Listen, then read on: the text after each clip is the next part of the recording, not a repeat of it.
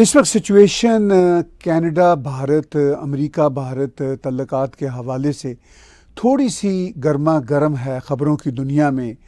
वो यूँ कि 18 जून 2023 को ब्रिटिश कोलंबिया के गुरुद्वारे के बाहर सिख सेपरेटिस्ट लीडर हरदीप सिंह निज्जर का कत्ल होता है और उसके कुछ अरसा बाद 18 सितंबर 2023 को prime minister Justin Trudeau Canada की पार्लियामेंट के अंदर खड़े होकर भारत पे इल्ज़ाम लगाते हैं, कहते हैं कि भारत की सरकार इसमें मुलव्वस है।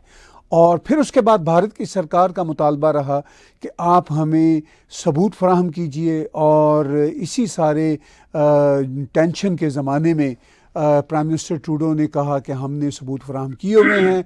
भारत का मुसलसल ये कहना था कि हमें सबूत नहीं मिले। फिर रिसेंटली हमें ख़बर आई अमेरिका से कि अमेरिका ने एक प्लॉट गुरपत सिंह पन्नू की असैसिनेशन के सिलसिला में अनफोल्ड किया है, पकड़ा है उस प्लॉट को। फिर हमें कोई ख़बर नहीं आई और फिर ये अभी 2 दिन पहले ख़बर आई कि 30 जून को एक इंडो अमेरिकन निखिल गुप्ता को चेक रिपब्लिक में डिटेन कर लिया गया अमेरिकन अथॉरिटीज़ के कहने पे, और उनका तल्लुक़ वास्ता ये अब अमेरिका के डॉक्यूमेंट बताते हैं कि भारतीय सरकार से था या भारतीय सरकार के किसी शख्स से था। और इसके साथ साथ ये कि वो एक under cover drug enforcement agency जो अमेरिका की है उसके साथ काम कर रहे थे। लेकिन सवाल ये पैदा होता है एक बहुत बड़ा कि 30 जून को अगर उसको डिटेन कर लिया गया और इंडिया की मुसलसल ये खबरें आती रहीं कि हमें कोई सबूत नहीं मिला और कनाडा इस सिलसिले में खामोश रहा, अमेरिका की तरफ से भी कोई ख़बर नहीं आई, मगर फिर ये नवंबर के आखिरी 2 हफ्तों में ये हलचल सामने आना शुरू हुई। ये सारा सागा क्या है और इस पे भारतीय diaspora America Canada world wide भी बहुत परेशान है। और 2 बड़े देशों के बीच यानी अमेरिका और इंडिया के बीच तल्लुकात में ये बात कितनी रखना अंदाज़ी करेगी, ये सब बातें हम आज करेंगे Indian institute of management Rohtak के डायरेक्टर जनाब धीरज शर्मा जी से। सर बहुत बहुत धन्यवाद।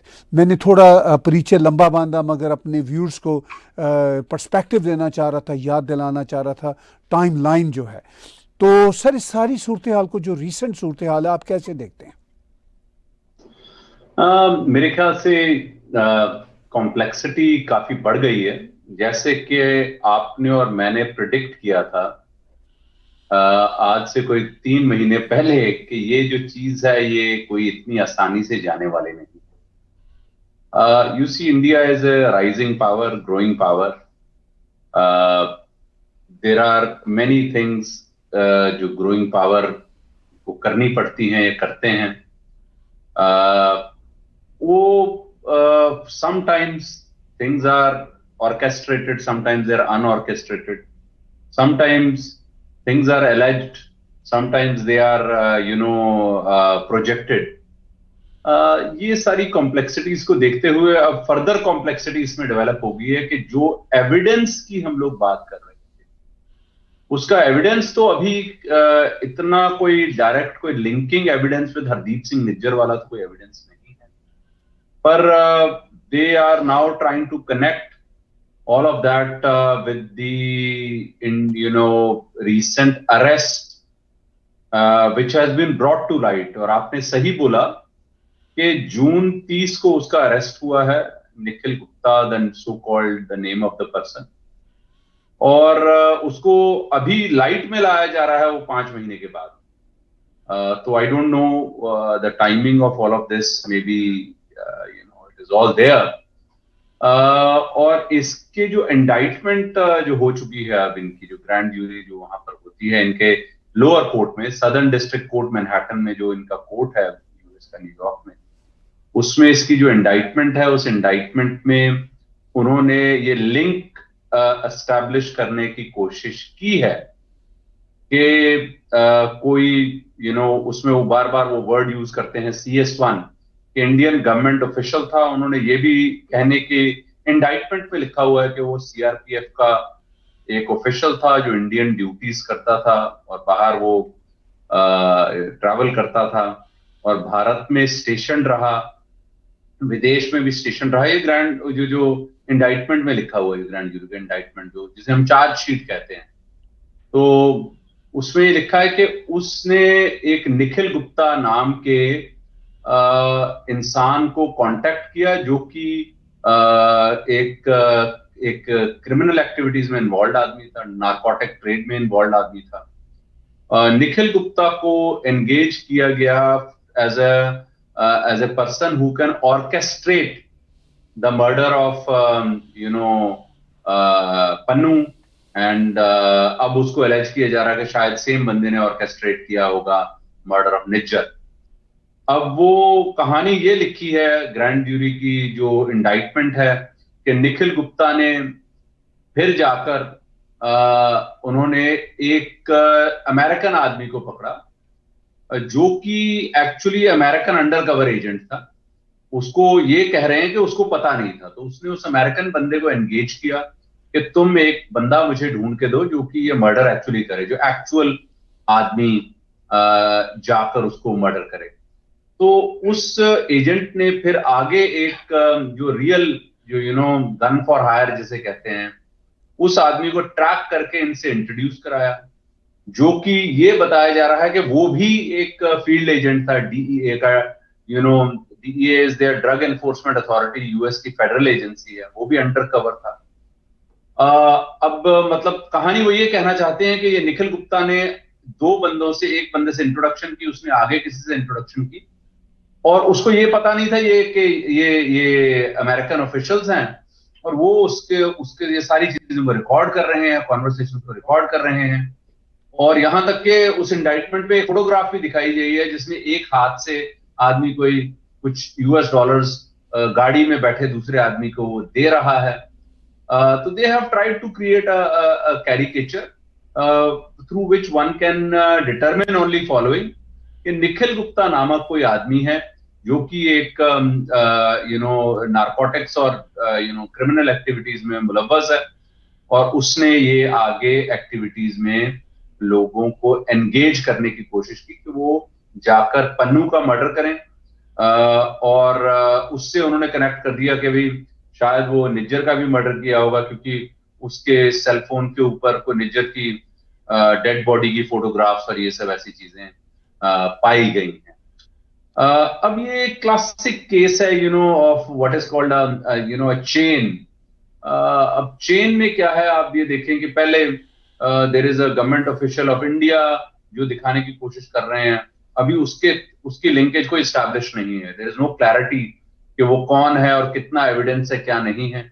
उसने आगे एक इंडिया बेस्ड कोई ड्रग लॉर्ड को एंगेज किया जो कि मतलब क्रिमिनल है। उसने आगे कांटेक्ट किया एक यूएस नेशनल को जो कि गवर्नमेंट ऑफिशियल है। उस गवर्नमेंट ऑफिशियल ने आगे एक एंगेज किया एक फील्ड एजेंट को जो कि एक्चुअली मर्डर करने वाला था, उसने नहीं किया। All of this is contained in the grand jury's indictment in the lower court in the southern district court of.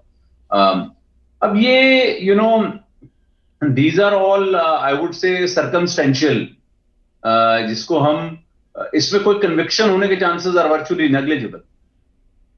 I am not a legal expert, but I have studied a little bit of law, and we also have a law program in IIM Rohtak, so I have a fair understanding. This is all circumstantial evidence. I mean, there is no actual evidence कि कौन सा gun है, किसने मारा, कोई fingerprints, कोई actual. This is all circumstantial कि आपके फोन के ऊपर कोई फोटो थी तो आप ये हो सकते हैं, आपने कोई मैसेज एक्सचेंज किया तो आप ये हो सकते हैं। अब circumstantial evidence के ऊपर conviction होना unless they are really hell bent on doing something, वो I don't know। और निखिल गुप्ता के जो एंटेसीडेंट्स हैं क्योंकि वो क्रिमिनल एंटेसीडेंट्स हैं तो वो भी एक प्रॉब्लम है। अब निखिल गुप्ता जी क्या कहते हैं इसके बारे में और क्या स्टेटमेंट दे चुके हैं पिछले 5 महीने में, that we do not know. Whether Nikhil Gupta was acting as a lone wolf और was he being directed, why was he being directed. he was a gun for, was it the subletting process? All of this is a very complex chain of things. But what it does, it increases the complexity of relationship between India and Canada to say कि Justin Trudeau ने immediately इस सारे activity को leverage देकर ये कहना शुरू कर दिया because you know this has happened, there was a probability of this happening in the US, therefore Nijjar वाले मामले में भी हम लोग ये इसको कनेक्ट कर सकते हैं। जी देखिए, बात ये है कि ये मामला कोर्ट में है, इंडाइटमेंट है वहाँ पे, अभी तो कोर्ट ने अपना डिसीजन देना है, उसमें तो समय लगना है और 5 महीने से उनको ऑलमोस्ट वहाँ पे डिटेन किया हुआ है मिस्टर गुप्ता को, और वो अभी आएंगे अमेरिका और फिर आगे ये कहानी चलेगी। लेकिन यहाँ पे जो रेटरिक और ऑप्टिक्स बन रहे हैं वो ये हैं कि जी देखा, हम ना कहते थे कि इंडिया इन्वॉल्व है। एज अ कैनेडियन मैं भी बहुत कंसर्न हूँ कि कनाडा की सोवरेनिटी को किसी सूरत चैलेंज नहीं होना चाहिए, भारत हो, चाइना हो, पाकिस्तान हो, यहाँ पे किसी भी देश की किसी किस्म की यहाँ पे इस तरह की जो मर्डरस कार्रवाइयाँ अनएक्सेप्टेबल हैं, वो अपनी जगह पे बात है। लेकिन भारत की सरकार ने मुसलसल अब फिर ये कहा है कि ये भारत की सरकार की तरफ से ऐसी कोई बात नहीं हो सकती, इसमें क्या कोई रोग एलिमेंट्स हैं या कोई क्रिमिनल एलिमेंट्स हैं। लेकिन इसको पॉलिटिकली अब सिर्फ कनाडा और भारत का मामला नहीं, अमेरिका और भारत का मामला भी है। इसमें प्रोफेसर एक और बड़ा अहम नुक्ता है, नकात तो बहुत अहम है कि प्रेसिडेंट बाइडन ने, खबर के मुताबिक, रॉयटर्स की खबर के मुताबिक, प्रेसिडेंट बाइडन ने इस मामले को सीरियस लिया और जो नेशनल सिक्योरिटी उनकी टीम है अमेरिका की, उनके हायर ऑफिशियल्स को इंडिया रवाना किया। और इस सिलसिला में कोई बड़ी खबर हमारे सामने पहले नहीं आई थी, मगर ये खबर सामने आ रही है। आप भारत में बैठे हुए हैं, इस लेवल की कोई कन्वर्सेशन आपने सुनी इससे पहले? मेरे ख्याल से ये देखिए, इस तरह की खबर जो है नॉर्मली, देखिए आई डोंट नो अगर हम इसके ऊपर कमेंट करें क्योंकि ऑनगोइंग इन्वेस्टिगेशन भी है। अब बैक चैनल डिप्लोमेसी जो है ना वो इसमें शुरू हो जाएगी। इंडिया और यूएस, बिकॉज वो उन्होंने अगर भेजा है, बहुत अच्छी चीज है क्योंकि ये एक प्रोफेशनल पॉलिटिशियन का तरीका है कि अगर मान लीजिए कुछ रोग एलिमेंट्स इसमें इन्वॉल्व हैं, इंडियन गवर्नमेंट के कुछ लोअर लेवल फंक्शनरीज, क्योंकि अगर आप इंडाइटमेंट पढ़ेंगे ना तो उस इंडाइटमेंट में क्या लिखा है, उसमें ये भी लिखा है कि भाई जो गवर्नमेंट ऑफिशियल इंडिया वाला है उसने कहा कि मैं तुम्हें किसी डीसीपी से मिलवाऊंगा। अब डीसीपी भारत देश में एक कटिंग एज लेवल पे पोस्ट होती है, डिप्टी कमिश्नर ऑफ पुलिस, कि मैं उससे मिलवा दूंगा। अब डिप्टी कमिश्नर ऑफ पुलिस जो है वो मतलब कि टिपिकली अगर इंडियन पुलिस सर्विस का ऑफिसर है तो उसकी मेरे ख्याल से 3 से 5 साल की सर्विस होगी, तो मतलब यंगर लेवल ऑफिसर 5 या 6 साल की सर्विस होगी। तो it again demonstrates the level at which you know the discussions are taking. This itself neutralises, ये वर्ड जो डीसीपी वाला वर्ड है, ये वर्ड इंडाइटमेंट में लिखा हुआ है कि वो उसने बोला कि मैं एक डीसीपी से मिलवा दूंगा, विच अगेन फर्दर शोज कि इसमें हायर लेवल ऑफिशियल्स या हायर लेवल गवर्नमेंट का कोई स्ट्रेटेजिक एजेंडा होने की संभावना is virtually negligible. There could be rogue elements, there could be individuals who are possibly attending to this matter on their own, personal vendettas हो सकते हैं, कुछ individuals ऐसा भी हो सकते हैं मे बी अपने करियर को uplift कराने के लिए, या कुछ you know to get a maybe plum posting whatever, ऐसे कुछ भी, many other things can happen in this domain. But I think President Biden has taken a very wise step, unlike Justin Trudeau, that he is engaging in back channel diplomacy. If he is sending a team of higher level officials to have discussion on this matter, it's a very good thing. जो professionals हैं वो professionals के साथ deal करेंगे, दूध का दूध पानी का पानी हो जाएगा। जो चीजें उनको रिवील करनी है पब्लिक डोमेन में वो पब्लिक डोमेन में कर देंगे, जिन चीजों के ऊपर उनको एक्शन लेना है वो एक्शन ले लेंगे। परंतु he has not made you know sweeping statements like Justin Trudeau, who still has not been able to come up with any evidence of any kind. US में तो फिर भी उन्होंने shreds of some evidence of Indian national linking बताया है, and they have taken 5 good months to structure chargesheet, और उसके बाद भी उन्होंने कोई पब्लिक स्टेटमेंट्स आकर नहीं दिए। उन्होंने एक टीम रवाना करने के बारे में बात कही है, वो टीम आकर डिस्कस करेगी, matters will be dealt professionally. So जो मैटर्स प्रोफेशनली डील हो सकती है उनको प्रोफेशनली डील करना चाहिए। That I think is a sign of a very diplomatic and very mature approach taken by Biden in this. जी देखिए, मैंने जैसा शुरू में कहा, एक बहुत बड़ा नंबर है भारतीय डायस्पोरा को जो अमेरिका और कनाडा में रहता है, और आप ख़ुद भी इस डायस्पोरा के नंबर में शामिल रहे हैं जब आप अमेरिका और कनाडा में पढ़ते रहे, पढ़ाते रहे, और आप इस समाज को बहुत अच्छी तरह से जानते हैं, हमारे कनाडा यूएस के समाज को। इस सारे सागा के कॉन्टेक्स्ट में जो कम्युनिटी में एक सॉर्ट ऑफ अनरेस्ट है, चूँकि वो बैक वक्त जो इंडो कैनेडियंस हैं, इंडो अमेरिकन हैं, बैक वक्त वो अमेरिका कनाडा से भी मोहब्बत करते हैं और भारत से भी मोहब्बत करते हैं। और यहाँ पे फिर अब ये जो कहानी अनफोल्ड डिफरेंट तरीक़ों से हो रही है, उससे क्या हो रहा है कि रेटरिक और ऑप्टिक्स कोई अच्छे नहीं बन रहे मीडिया के ज़रिए, और जो पॉलिटिकल कंपल्शंस हैं यहाँ पे उनके कॉन्टेक्स्ट में। तो आप चूँकि डायस्पोरा को भी बहुत अच्छी तरह जानते हैं, और भारत की जो अब इस वक्त वर्ल्ड स्टेज पे पार्टिसिपेशन है उस लेवल को भी जानते हैं, समझते हैं, तो आप क्या एडवाइस करना चाहेंगे डायस्पोरा को कि वो किस तरह इस सागा को देखें, इसको फर्दर अनफोल्ड होता देखें, क्या करें? देखिए जी, मुझे ऐसा लगता है कि I think diaspora should treat it like a one of event. ये इवेंट्स हैं, ये इवेंट्स होते हैं, जो इसकी जो रियलिटीज हैं many a times one would never get to know. ठीक है ना जी, it is like the assassination of Kennedy. The John F Kennedy का असैसिनेशन हुआ था 1960s में। आज तक ये एस्टैब्लिश नहीं हो पाया कि वहां पर सिंगल शूटर था या दो शूटर्स थे। एक ग्रासी नॉल के अंदर एक शूटर था, उसने सामने से फायर किया, या एक ही शूटर था जिसको ली आरवी ऑसवाल्ड, जिसने की लाइब्रेरी बिल्डिंग से जॉन एफ कैनेडी को शूट किया था और 3 बुलेट्स उसके ऊपर फायर किए। ये सब चीजों को रिकंस्ट्रक्ट करना, और I am telling you one of the most famous stories जिसके ऊपर फिल्में बन चुकी हैं, सैकड़ों किताबें लिख चुकी हैं, जिसके ऊपर आर्टिफिशियल इंटेलिजेंस यूज करके रिक्रिएट किए जा चुके हैं सीन, जब उसमें एस्टैब्लिश करना फैक्चुअली इज सो डिफिकल्ट। तो मैं लोगों को ये कहूंगा कि people should not form opinions based on something which is so nascent in nature. अभी इसमें कुछ मेजर कोई रेवलेशंस हुए नहीं। That is point number 1। तो ये लोगों को मैं ये हिदायत दूंगा कि जो हमारे जो लोग हैं वहां बैठे हुए, वो थोड़ा इसके बारे में सोचें कि these are things which in large scheme of things ऐसी चीजें होना, such things happen between large countries, इसको उतना ही इंपॉर्टेंस देना चाहिए जितनी की वो डिजर्व करता है। That's point number 1। Point number 2, as far as the governments are concern, मुझे ये लगता है कि ये एक अभी एक जरिया बन गया है, एक रास्ता बन गया है,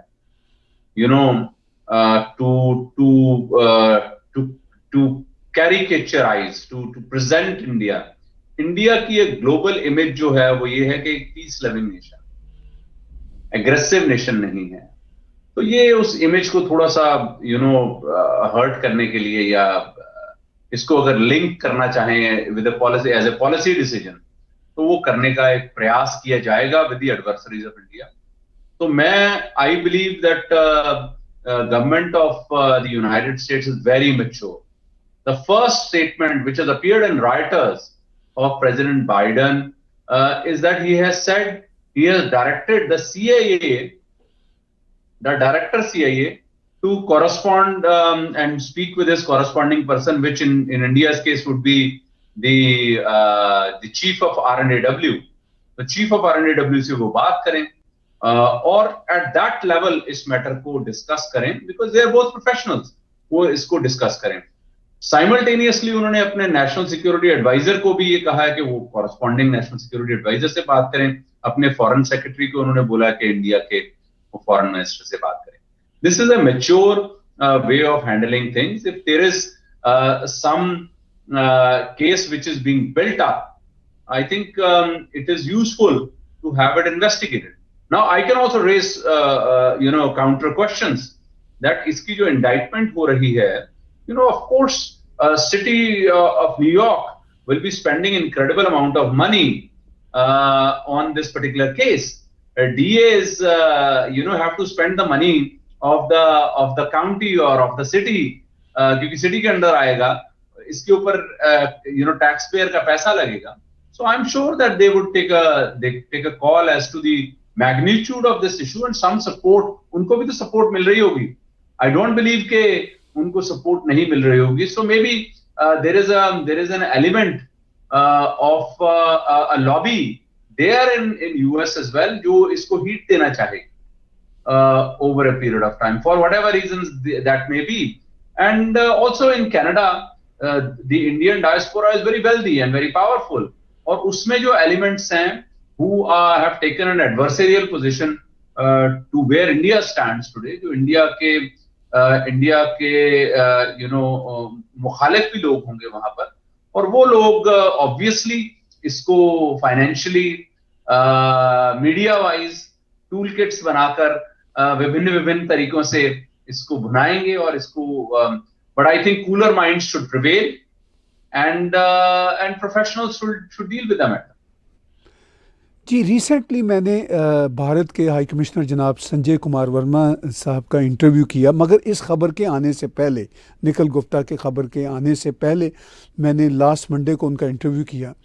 तो उनसे मैंने जो मूविंग रिलेशन बिटवीन कनाडा और भारत है उसके बारे में उनसे राय ली, क्योंकि वो तो कनाडा भारत रिलेशनशिप को ही सुपरवाइज़ करते हैं as high commissioner of India to Canada.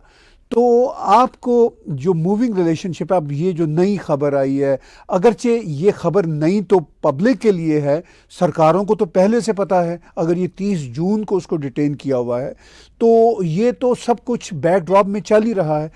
अब मूविंग रिलेशनशिप बिटवीन, मैं आपसे पहले जानना चाहूँगा कनाडा और भारत के आपको कैसे दिख रहे हैं. भारत ने वीज़ा फॉर कैनेडियंस रिस्टोर कर दिया है. देखिए, आई थिंक ये एक साइड ट्रैक इशू है.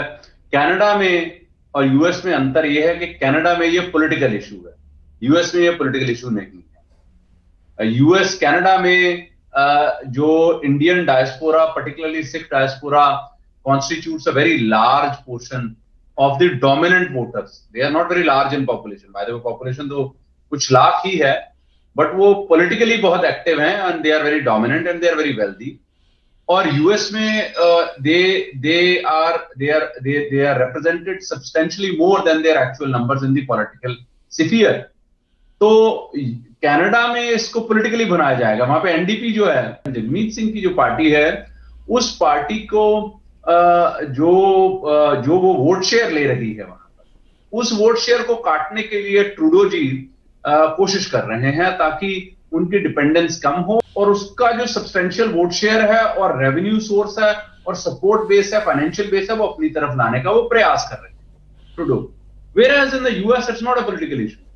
I don't believe that the Indian diaspora, particularly the Sikh diaspora, is that strongly represented in political sphere or even the otherwise sphere.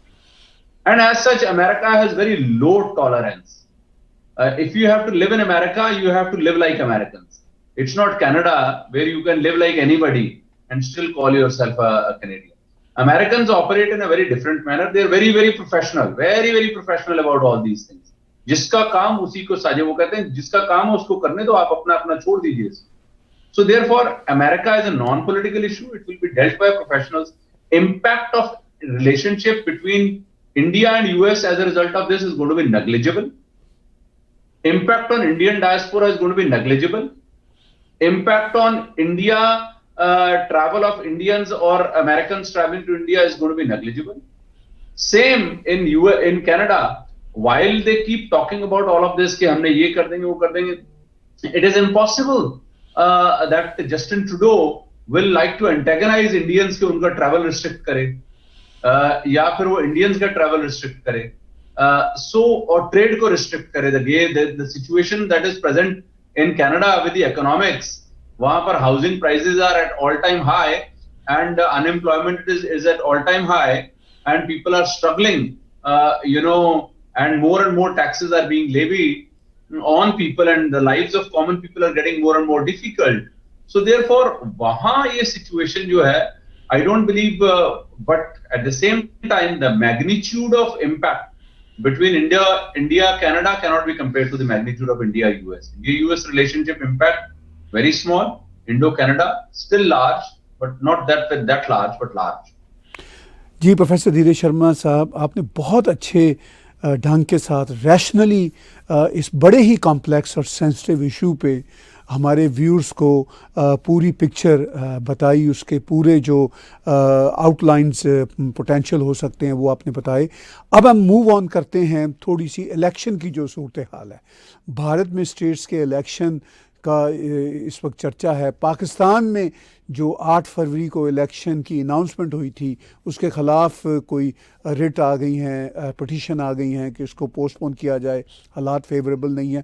पहले भारत के state elections के हवाले से और जो भारत का फेडरल इलेक्शन है 2024 में, 2024 तो सर पे खड़ा है, उसके हवाले से भी आपके प्रोजेक्शंस लेते हैं। तो सियासी मंजरनामा भारत की स्टेट्स का, भारत के फेडरल इलेक्शन का आपको कैसे दिख रहा है? देखिए जी, भारत में इस वक्त 5 स्टेट्स में जो इलेक्शंस हुए हैं, मध्य प्रदेश, राजस्थान, छत्तीसगढ़, तेलंगाना और मिजोरम। इसमें अगर हम सबसे पहले अगर हम एनालिसिस करना चाहें तो मध्य प्रदेश, क्योंकि सबसे बड़ी स्टेट इनमें से इन टर्म्स ऑफ पॉपुलेशन वही है, वहां पे 230 के करीब सीटें हैं और अभी ये लग रहा है कि वहां पे कांटे की चोट का मुकाबला है, पर वहां पर 230 में से 116 सीटें चाहिए जिसको भी सरकार बनानी है। तो अगर एग्जिट पोल्स को देखें और हमारा अपना जो हमने थोड़ा डिपस्टिक एनालिसिस किया और हमारा डेटा एनालिसिस जो कहता है on the swing in each constituency, तो मुझे ऐसा लगता है कि बीजेपी के लिए थोड़ा सा पॉजिटिव स्विंग है। ये उम्मीद की जा रही है कि बीजेपी तकरीबन 120 से 125 सीटें ले जाएगा और कांग्रेस तकरीबन 90 से 95 सीटें ले जाएगी। So there is BJP has an edge in Madhya Pradesh, slight edge in Madhya Pradesh. Rajasthan में it is likely that BJP will form the government. BJP वहां पर 199 सीट्स हैं और 100 का टारगेट है और अभी जो उम्मीद लग रही है कि भारतीय जनता पार्टी 100 और 110 के बीच में सीट्स लेकर जाएगी और कांग्रेस पार्टी तकरीबन 90 के करीब ले जाएगी और बाकी इंडिपेंडेंट्स होंगे। तो आप ये देखें ना कि जो भी थोड़ा मेजोरिटी के आसपास आ जाएगा उसको इंडिपेंडेंट भी आकर उसको मर्ज करना, उसके साथ पसंद करेंगे। छत्तीसगढ़ में इट इज मोर और लेस इवन।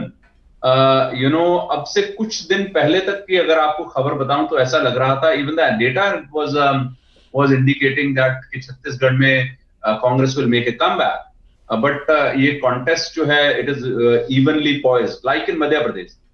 मध्य प्रदेश भी मोर और लेस इवनली पॉइज्ड है। So only clear indication of victory for BJP is in Rajasthan. Madhya Pradesh और छत्तीसगढ़ में थोड़ा इवनली पॉइज्ड है। तेलंगाना में is a good news for Congress party है। Congress party is likely to beat BRS there। वो जो लोकल वहां के जो KCR की जो प्रिवेलिंग पार्टी है, who became the chief minister जब तेलंगाना स्टेट बनी थी, आंध्र प्रदेश से निकलकर अलग एक स्टेट बनी थी तेलंगाना, तो उसके चीफ मिनिस्टर वो तब से हैं।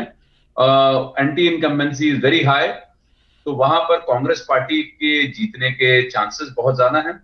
मिजोरम में 40 सीटें हैं, 21 इज द टारगेट नंबर और वहां पर बीजेपी MNF जो है, वहां की जो मिजो नेशनल फ्रंट वो डोमिनेंट पार्टी है, वो मुझे लगता है वहां पे 20 सीटें इजीली ले जाएगी और they are likely to form the government. तो मिजो नेशनल फ्रंट वहां पर प्रिवेलिंग जो डोमिनेंट पार्टी है वो कंटिन्यू वहां पर करके डोमिनेट करके वो जीतेगी, वहां पर जीतने की संभावना है उसकी। सो ओवरऑल आई थिंक मुझे ऐसा जो मैं अगर प्रेडिक्ट करना चाहूं तो जहां पर भी अगर ये क्लोज मामला आ जाएगा, कभी भी इलेक्शन में जहां क्लोज मामला आ जाता है, जहां party where BJP will be near majority, not even majority, near majority, because they are ruling in the center, and because people and the electorate usually ends up gravitating towards the ruling party, and because they still appear to have a favorable mandate in 2024, the projected favorable mandate in 2024, so they will have an edge.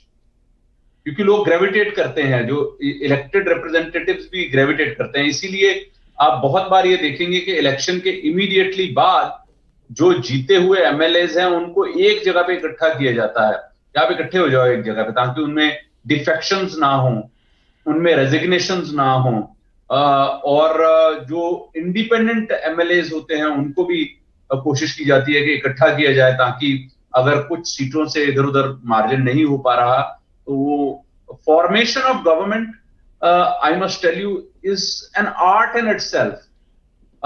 The leadership of the parties has to inspire so much confidence.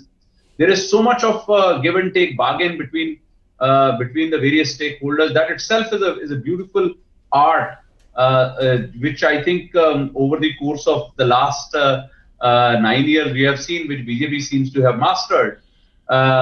Then I think it so appears at best the worst case scenario would be, two states BJP and 2 states Congress.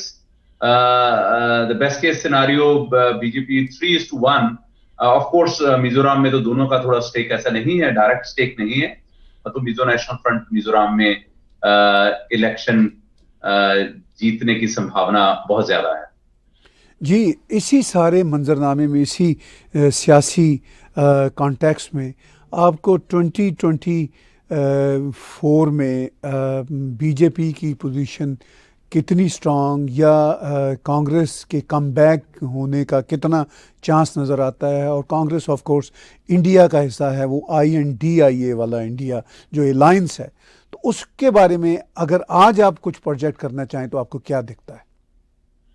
देखिए जी, India alliance अगर वो बन जाती है then it will offer a very formidable competition, और वो alliance बनने के और रिटेन करने के जो चांसेस होते हैं, संभावनाएं होती हैं, बड़ी डिफिकल्ट हैं, क्योंकि बहुत सारी अलग अलग पार्टीज हैं, बहुत सारी अलग अलग पार्टीज की जो एस्पिरेशंस हैं ऑफ लीडरशिप, उनके अपने अपने एजेंडाज हैं, उनके अपने अपने कॉन्फ्लिक्ट्स हैं एट रीजनल लेवल. तो उनको इकट्ठा करना, उनका it's like a Venn diagram, lot of their vote banks also overlap with each other. तो अगर वो रिटेन हो जाता है then there is formidable competition, but उसको रिटेन करना itself will be a challenge. At the present time अगर आज की डेट को माने तो भारतीय जनता पार्टी और उनके जो साथी पार्टीज हैं, they are sitting comfortable even in 2024. अगर आज की डेट में, if the elections were held today, then I don't know what the scene will be in another 3 to 4 months. Usually ऐसा होता है कि the national elections get decided about 60 to 90 days prior to the election. 60 to 90 days पहले एक माहौल बन जाता है, जिसे हम कहते हैं हवा बन जाती है, माहौल बन जाता है. इतने सारे इश्यूज होते हैं, हम थियोरेटिकली इसे बोलते हैं एजेंडा सेटिंग थियरी. जैसे कि मान लीजिए आपको एक लैपटॉप खरीदना है, तो लैपटॉप खरीदने के लिए आपको उसकी पूरी इंजीनियरिंग नहीं पढ़नी पड़ती. आप लैपटॉप को खरीदते हैं उसके 3-4 फीचर्स के ऊपर, कि भाई इसकी मेमोरी कितनी है, इसका प्रोसेसर की स्पीड कितनी है, और इसके अंदर इसकी स्टोरेज कितनी है इसकी. तो ये 2-3 फीचर्स के ऊपर उसी तरह से एक माहौल बन जाएगा कि these are the 2-3 की इश्यूज जिसके ऊपर ये पार्टी इस तरह की है, ये पार्टी इस तरह की है, और उसमें एक लीडरशिप का एक रोल बन जाता है. As it stands today, Narendra Modi prime minister जब से बने हैं, his image is larger than life image has been is there, और उनको एक कंपटीशन में उनके एक जो लीडर लाना, एक लार्जर देन लाइफ इमेज लाना एट द प्रेजेंट टाइम, आज की अगर डेट में देखा जाए तो वो नहीं है. तो therefore they stand at a very big advantage. अब 2 or 3 months down the line, if they are able to do something of that nature, then maybe there'll be some change in the way things are. But 2024 elections जो अभी तो मुझे नहीं लगता कि outcome of these 5 states will have any major impact on the way. और as such अभी एक बहुत important trend चल पड़ा है कि लोग जो हैं वो provincial, जिसे हम state elections बोलते हैं, state elections में उनकी voting pattern अलग होता है और center में voting pattern अलग होता है. But obviously अगर आप बहुत states में rule करते हैं, तो states का rule की वजह से you have an advantage in those states, even when central elections are conducted. So from that standpoint, I think this is going to be important. अगर इसमें outcome favorable आ जाती है, even if ये 2-2 पे चला जाता है, I think that's a plus for BJP. But if it is 3-1, then I think of course it is a setback for me. चलिए आखिर में हम थोड़ी बातचीत करते हैं पाकिस्तान के पॉलिटिकल एनवायरनमेंट के हवाले से, और पाकिस्तान में आप इलेक्शन को क्या होता देख रहे हैं? भारत में बैठे हुए आपको क्या खबरें मिल रही हैं? क्या आपका वहाँ पे बैठे हुए पर्सपेक्टिव बन रहा है कि क्या 8 फरवरी को इलेक्शन हो जाएंगे जो पाकिस्तान से खबरें आ रही हैं? अब देखें जी कि इंडिया में जो लार्जर लोगों का पर्सपेक्टिव ये है कि वो इलेक्शंस वहां पर हो या ना हो, आउटकम तो ए प्रियोरी डिसाइडेड ही होता है. तो लोग जानते हैं कि वहां मिलिट्री कंट्रोल करती है. अब इलेक्शंस तो एक जरिया है लोगों को दिखाने का कि चलो पॉजिटिव एंगेजमेंट रहे लोगों की थोड़ी बहुत. और कुछ ग्लोबल अफेयर्स में मैंने पहले भी बताया हुआ है, because of the carry लूगर act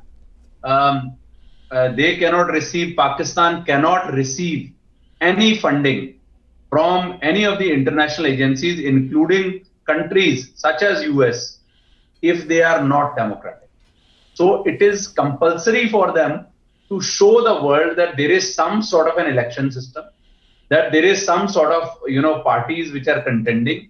Results uska chahe pehle se decided ho, wo sab theek hai, but you cannot have a non-democratic so-called elected government in the country. ये उनकी मजबूरी है. तो 8 फरवरी को इलेक्शंस डिक्लेयर हुए हैं. इलेक्शन कमीशन ऑफ पाकिस्तान ने इसके ऊपर शिनवारी साहब हैं मेरे ख्याल से वहां पर, जो इनके ऑफिशियल स्पोक्स पर्सन, उन्होंने कुछ मेरे ख्याल से इसके बारे में बातचीत भी की है, और उन्होंने बोला है कि they have received 2 petitions on account of acts of terrorism in Pakistan, particularly in Balochistan province. Makran area में उन्होंने कहा है कि in last 3 months 61 acts of terrorism have taken place, जिसमें 30-40 लोगों की मौत हो चुकी है और सैकड़ों लोग घायल हो चुके हैं, जिसकी वजह से it is not safe. So therefore वो कह रहे हैं कि इलेक्शन को और पोस्टपोन किया. मुझे ऐसा लगता है कि भारत में लोगों का जो जानकार है उनका ये व्यू होगा कि शायद इमरान खान उनके फुली कंट्रोल में अभी नहीं आए हैं, उनको थोड़ा सा और कंट्रोल करना है, इसलिए इलेक्शन को थोड़ा डिले करने का एक वो जरिया बन रहा है. पर overall I think free and fair elections Pakistan में होना, इसके बारे में इंडियंस का व्यू, मैं इंडियंस का व्यू बोल रहा हूं, बाय एंड लार्ज अपना व्यू नहीं था, इंडियंस का व्यू बता रहा हूं. वो people know by now because social media, because of the journalists of Pakistan who have done a very good job, by the way, journalists of Pakistan who have done a good job in conveying to rest of the world कि यहाँ election जो है वो होती नहीं है, ये back channel से, बैकडोर से सब कुछ कंट्रोल हो जाता है. तो देयरफॉर लोगों का भी वही व्यू बन गया है. लेट्स होप कि फरवरी 8 को जो होना है वो हो जाए. एंड हमारी प्रेडिक्शन तो अभी से ये है कि नवाज शरीफ की गवर्नमेंट बनेगी, और मुझे लगता है कि नवाज शरीफ या तो खुद प्राइम मिनिस्टर बनेंगे या मरियम नवाज को प्राइम मिनिस्टर बनाएंगे.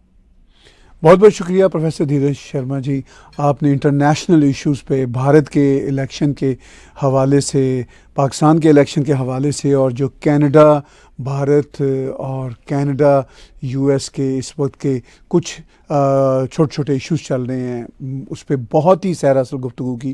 Thank you very much for joining us today. Viewers, बातचीत सुनी आपने प्रोफेसर धीरज शर्मा की. Indian institute of management Rohtak के डायरेक्टर हैं, स्कॉलर हैं, रिसर्चर हैं, ऑथर हैं, और हम इनको करीब करीब हर हफ्ते अपने शोज़ में लेते हैं। हम इनके शुक्रगुजार हैं। आप टैग टीवी का यूट्यूब चैनल को सब्सक्राइब कीजिए और इसी चैनल के डोनेट के बटन को क्लिक करके हमें कंट्रीब्यूट कर सकते हैं। इसके साथ साथ आप टैग टीवी की एप्स एप्पल, एंड्रॉयड, अमेज़ॉन और रॉको पे डाउनलोड कीजिए। You can watch us 24/7, you can watch our news, views and entertainment through our apps.